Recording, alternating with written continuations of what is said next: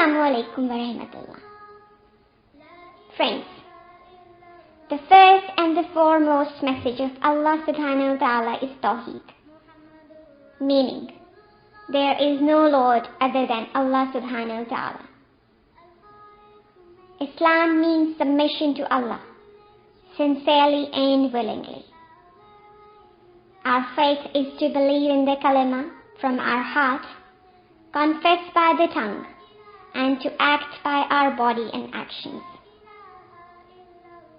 After the first revelation, Hazrat Arqam Raziallahu Ta'ala anhu's house was the first center for learning, where Allah's beloved Prophet Sallallahu Alaihi Wasallam would teach and explain the concepts of Islam to the Muslims. The early revelations contained the fundamental concepts of oneness of Allah. The concepts of paradise, hell, and the day of judgment were mentioned. The companions took the message to their close relatives and friends. Thus, the message started to spread. People of Mecca could not tolerate the concept of oneness of Allah. They worshipped many idols and followed their forefathers' traditions. Abrahamic code of conduct was lost over time. Whatever was left of the conduct was tainted with evil practices. Social and moral standards were very low. They treated women as a commodity and buried their young daughters alive. Prayers mainly consisted of clapping and whistling in Kaaba. Islam challenged their evil practices and way of living. It was a code of conduct, submission to one Allah, and abiding by His word. Initially, our beloved Prophet Hazrat Muhammad Sallallahu Alaihi Wasallam conveyed the message of Islam to individuals for 3 years. After Surah Mudaththir was revealed, he was commanded by Allah subhanahu wa ta'ala to invite people to Islam openly. As the verse is commanded, "Oh, the one wrapped up in cloak, arise and warn."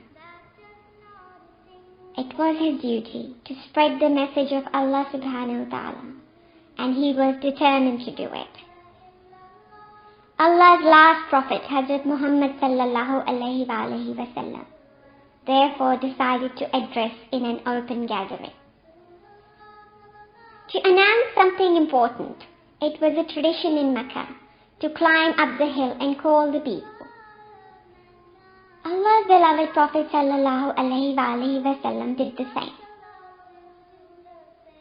Once the crowd gathered, he asked them, "O people of Quraysh, if I tell you that an army is advancing to attack you from behind the hills, would you believe me?"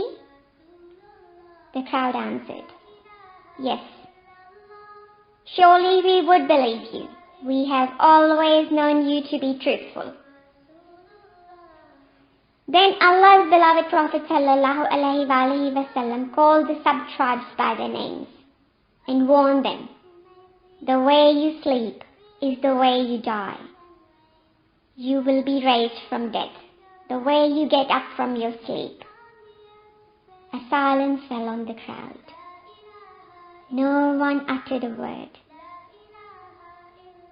Allah's last prophet, Hazrat Muhammad sallallahu alaihi wasallam, then said,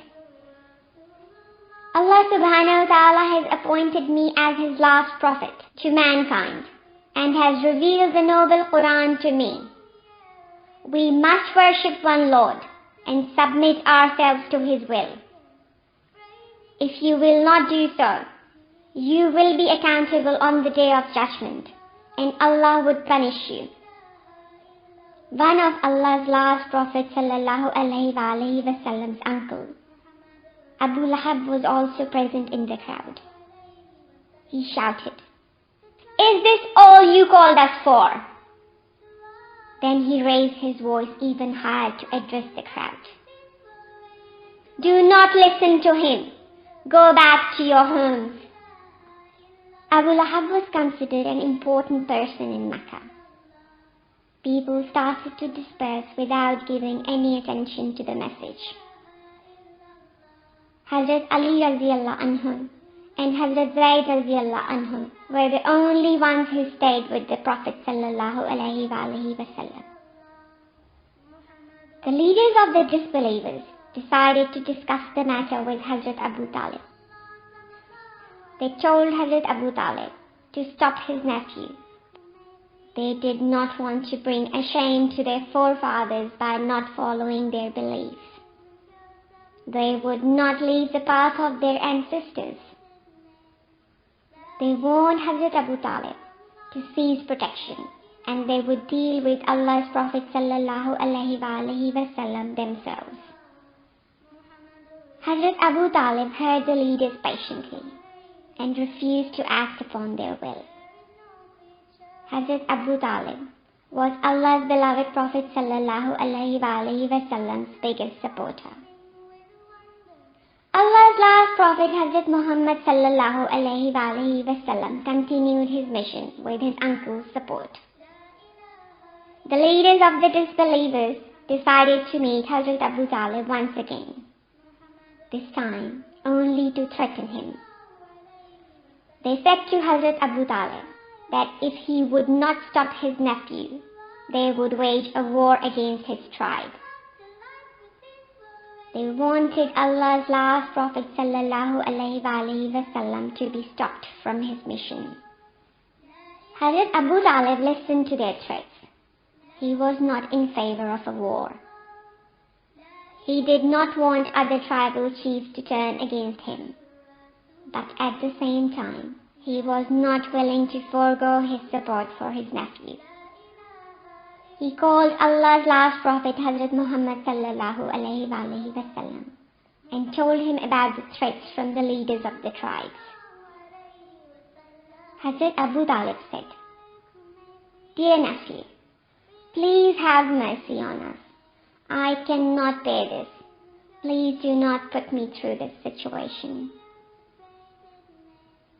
With tearful eyes, Allah's last Prophet Hazrat Muhammad sallallahu alaihi wasallam replied, "Uncle, even if they place the sun on my right hand and the moon on my left, I will not stop from my work till Allah brings success to this mission or I die in this cause." He was about to leave when Hazrat Abu Talib called him. "My dear nephew, go and do whatever you have to. I swear, I'll never hand you over to them, come what may." Hazrat Muhammad sallallahu alaihi wasallam continued his work of spreading the message of Allah. The disbelievers turned against him. The ones who were from his own tribe were cruel to him. They hurled stones at him and spread thorns on his path. At night, they dumped their rubbish in front of his house. They abused him, tried to strangle him, even planned to kill him.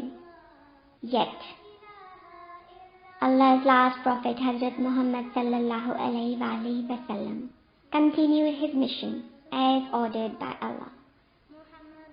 The hard times continued. So, what happened next?